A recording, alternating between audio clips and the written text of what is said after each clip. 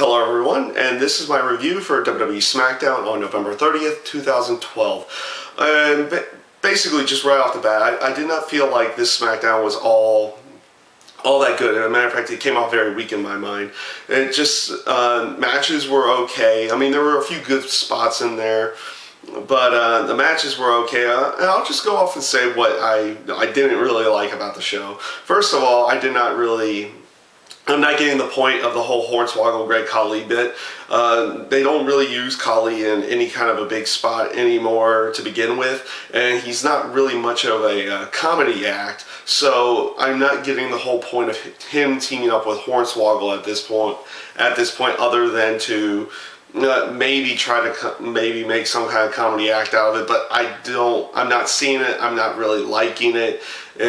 I don't like his matches to begin with, so that's one thing that's kind of irked me. I'm not really liking the whole Great Khali area.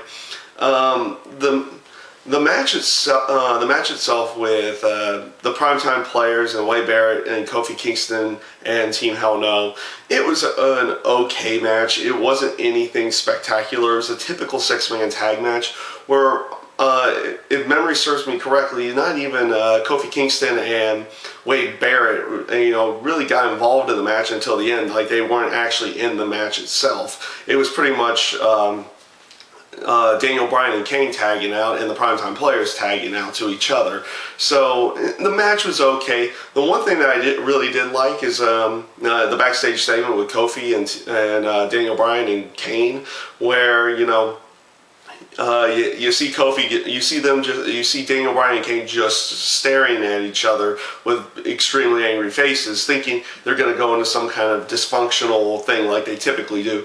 But since of the attack on Monday night, they kind of come together. They complement each other. You have Daniel Bryan doing the yes chant again, and it just comes under the.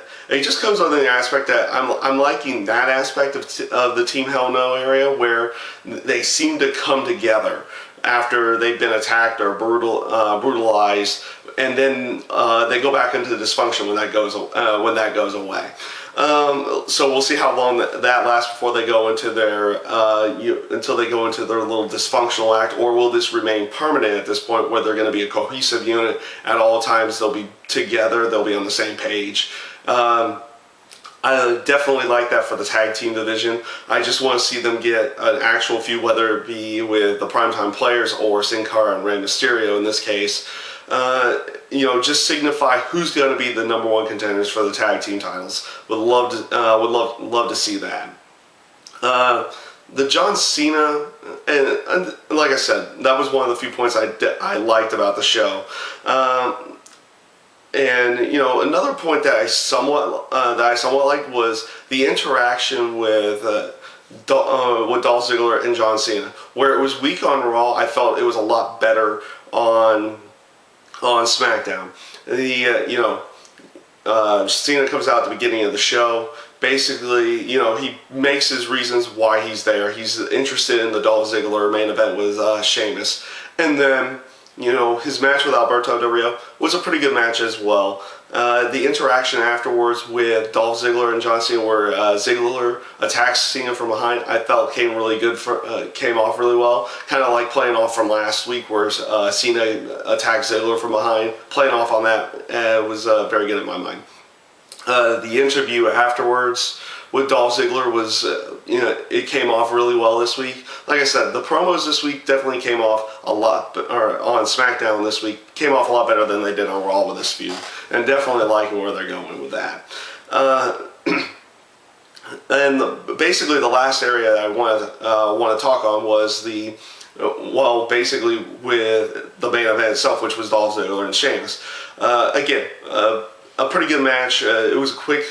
It was relatively quick because it was towards the end of the show. And of course, you had the interaction with Big Show and Sheamus afterwards. You had John Cena didn't come out initially because you thought he would come out and try to attack Dolph Ziggler before the end of this match, but Booker T tried stopping him beforehand. So Cena comes out after the Big Show decides to ruin the main event.